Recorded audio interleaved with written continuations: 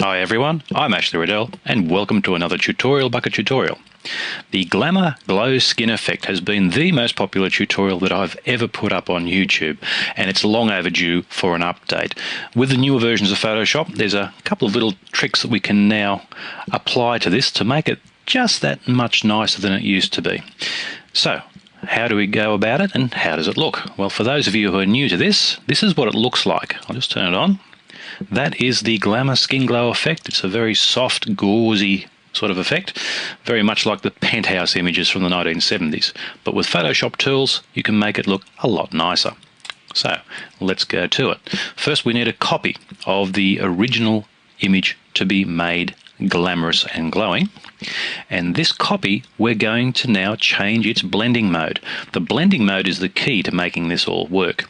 We change the blending mode from normal, and I'm looking for a mode called overlay. Now, as you can see, my camera has not quite been able to show you where that is, so I'll just drag my camera up a little bit. Try one more time. There you are, my friend overlay. So we take the overlay mode and drag the camera back down again. And you can see the effect. It's pretty intense. Very, very oversaturated poppy orange skin tones.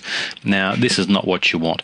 You need to soften this. So we go into our filter menu and we choose blur and Gaussian blur. We're going to blur this into a much softer version.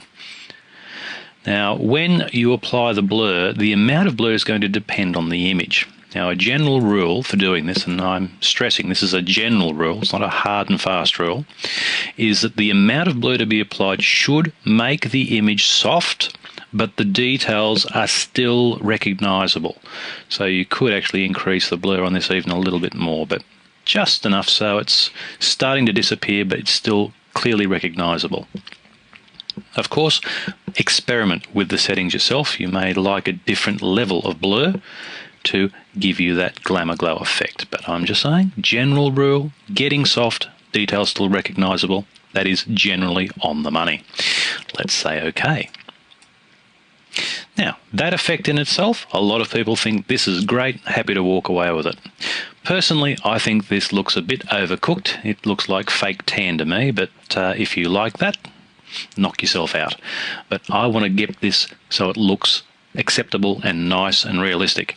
So first thing to do is, there's a lot of this effect has darkened everything around the skin areas. I need to get that detail back. Easiest way is to apply a layer mask and simply get rid of the areas that you do not want affected by the glamour glow effect. How you go about doing that? Your business. Simple way for me is I've already prepared a mask in my channels palette, which is only the skin areas that I want affected, not the lips, not the shadows around the nose, not the eyes, not the eyebrows, and not the hair, etc. So it's only going to affect the skin area for this image. If you want to know how to create this sort of mask, there is, or shortly will be, a tutorial on making skin selections. Keep your eye out for that one, and if it's available, I'll have a link on this video so that you can click straight over to it. Okay, so I'll select my mask, Control click, go back to my RGB combined image, back to my layers palette, back to my glamour glow layer, which has now been blurred, and I'll apply a layer mask by clicking on the layer mask icon.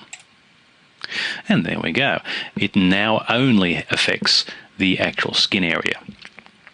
So, to make this now look nice, we need to dial back the amount of this glow and color saturation.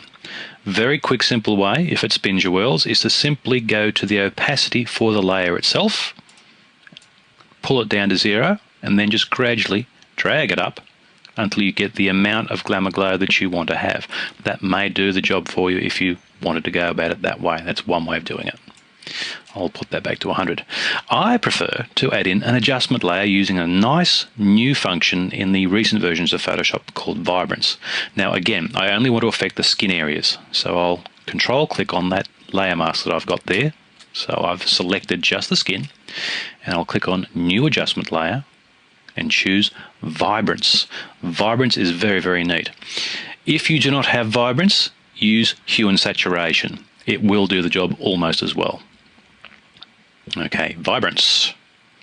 So we have the vibrance palette, very, very simple. Again, if you've only got hue and saturation, this is the same slider as you find in hue and saturation. So you can dial it down to reduce the amount of color saturation and it'll look a lot better. But I'll just put that back to what it was and I'll show you this vibrance function. I think this is very, very neat.